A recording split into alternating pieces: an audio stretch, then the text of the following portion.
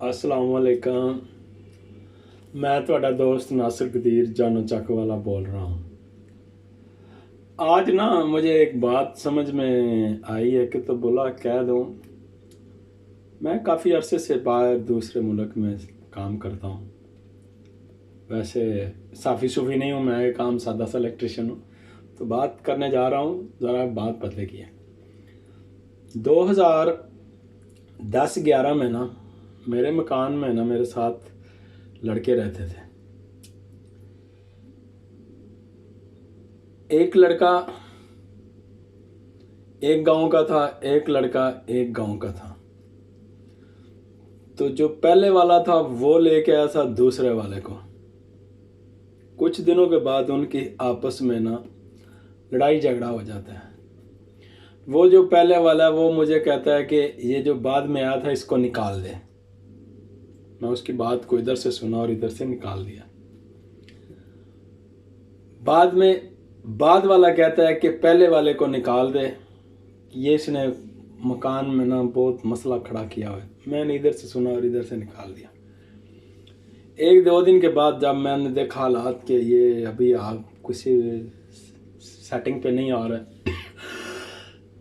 है सॉरी, तो हालात सेटिंग पे नहीं आ रहे, तो मैं शाम को हम 8-10 आदमी खाने पे बैठे हुए थे। तो मैंने उनको बोला कि सबको कि दोस्तों ये हमारे दरमियान ना मेरे पास एक मसला आ गया, तो इसका आप लोग ना मुझे अच्छे तरीके से डिसाइड कर दें, यानी कि मुझे बता दें कि ये कैसे करना चाहिए। उन्होंने बोला बोलो। मैंने बोला वसीम कहता है कि कमर को निकाल दो, और कमर कहता है कि वसीम को निकाल दो, और कमर को लेके आने वाला वसीम है। तो अब मुझे ये बताओ, अगर ये दोनों कल आपस में बैठ जाएंगे, बातें करेंगे, सुलह हो जाएगी इनकी। अगर वसीम की कहने पे मैं कमर को निकाल देता हूँ तो कमर नाराज़ हो जाएगा सारी ज़िंदगी के लिए। तो अगर कमर के कहने पे वसीम को निकाल देता हूँ तो वसीम नाराज़ हो जाएगा। लेकिन ये दोस्त है, ये कल फिर भी बैठ जाते हैं। तो मैं बीच में क्यों फंसूँ, मेरा गिलेबान क्यों पकड़ा जाए? किस लिए कि मैं मकान किराए पे लिया और रह रहा हूँ, और साथ आप भी रह रहे हैं। वो ना मेरे साथ जो दूसरे आदमी थे वो बड़े कश में पड़ गए कि इसने है ना मैं सवाल कैसा कर दिया और कैसे बुझारत पा दी है। तो उन्होंने बोला भाई आप बड़े हैं तो आप जिस तरह आपको मुनासिब लगता है तो वैसे करें। मैं बोला फिर मुझे जो दिमाग में बात ये आती है कि ये अपनी लड़ाई खुद लड़े, ना कि वो पाकिस्तान का पुराना सिस्टम था कि चौधरी लोग लड़ाई करते थे, जो गरीब लोग थे वो उधर दोनों पार्टियों के जो गरीब होते थे वो मार खा के तो घर को बैठ जाते थे। तो चौधरी निरी यही कहते थे तो आपको छोड़ेंगे नहीं, आपको छोड़ेंगे नहीं, आपको छोड़ेंगे नहीं। तो मैं बोला ये अब ज़माना चेंज हो गया कि जो गरीब लोग थे ना वो पैसे दे के तो यूरोप की कंट्रियों में आके सेटल हो गए हैं। तो लिहाजा ये अब चौधरी अपनी लड़ाई खुद लड़ेंगे।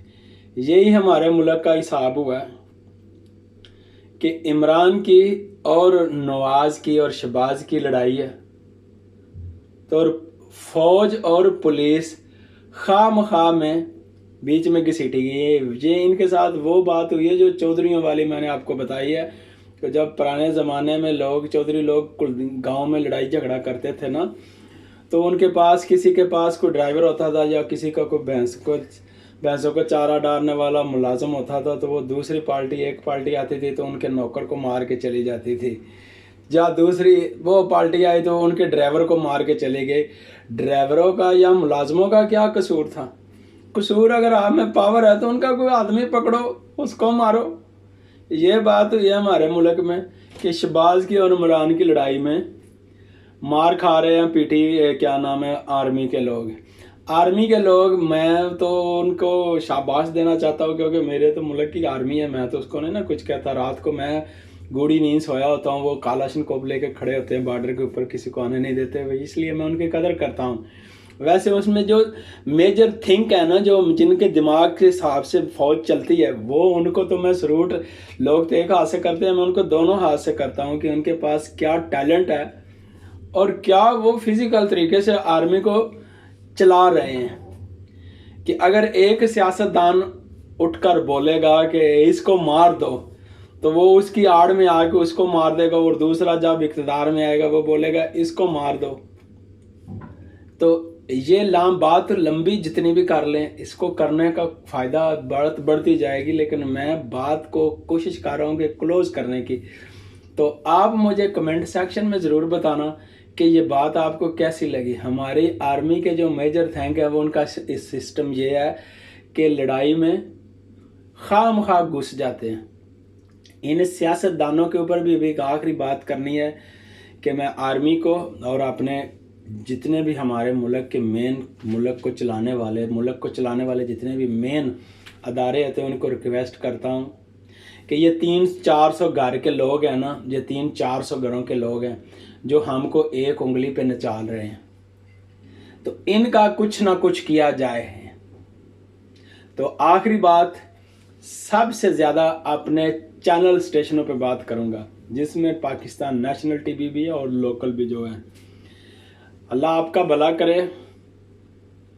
आएगा टाइम मैं आप सबका नाम ले लेके बताऊंगा कि कौन क्या है और कौन क्या है, लेकिन ना उसकी बदतमीज़ी करूंगा ना उसको कोई इस तरह के गलत लफ्ज़ों में बयान करूंगा। तो इन्होंने भी हमें ना इन 300 ख़ानदानों के ये जो 300-400 ख़ानदान इक़्तिदार में आ रहा है, तो आगे से उनकी नस्लें आ रही हैं, तो और किसी के पास पैसा आता है तो वो इलेक्शन में आता है, तो इलेक्शन में आने के बाद वो अगर 1-2 दफ़ा हारता है तो जीत जाता है। तो इसकी मिसाल मैं आखिर में बता देता हूँ कि मेरे पास यूरोपीय यूनियन का एक लाइसेंस लेना था मैंने ड्राइविंग का, तो मेरी इतनी बेसिकल इंग्लिश भी नहीं आई थी और दूसरे मुल्क की ज़ुबान भी थी, जितना भी मैं पढ़ सकता था या जितना भी मैं नॉलेज लड़ा सकता था तो वो मैं उनकी तरह तो नहीं बोल सकता था।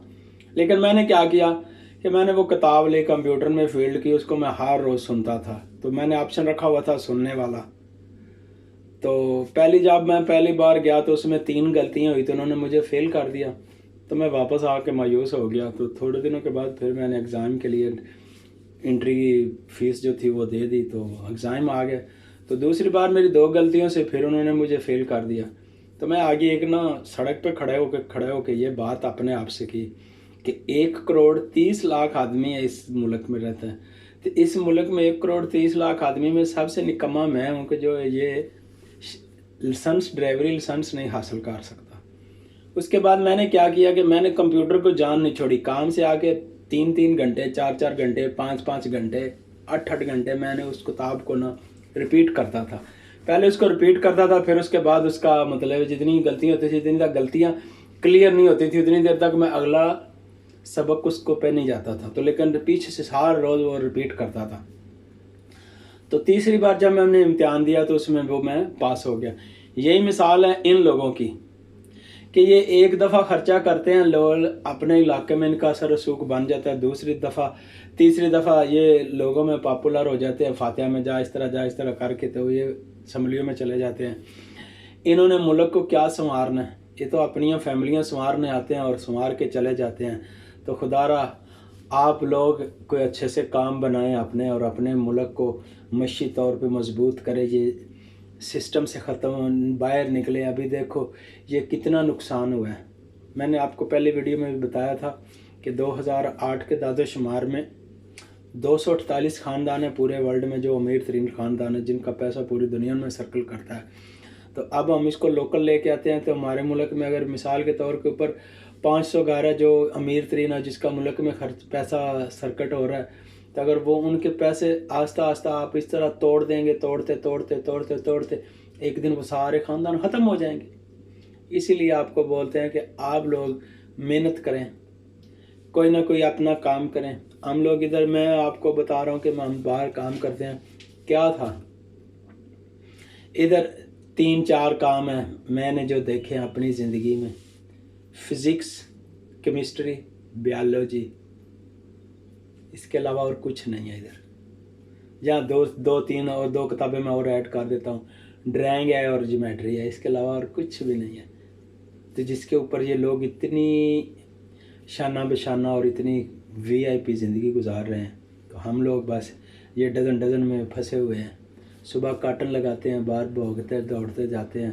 तो क्या है, अगर मैं आपको इसका आखिरी मिसाल दे के बात को ख़त्म करता हूँ, अगर कोई गाड़ी बनती है तो वो ज्योमेट्री और फिज़िक्स और केमिस्ट्री और को मिक्स करके सबको ड्राइंग को बनाते हैं। तो बस इतनी सी बात है। अपना ख्याल रखें, हमें दुआ में याद करें। अल्लाह निगहबान, खुदा हाफिज़।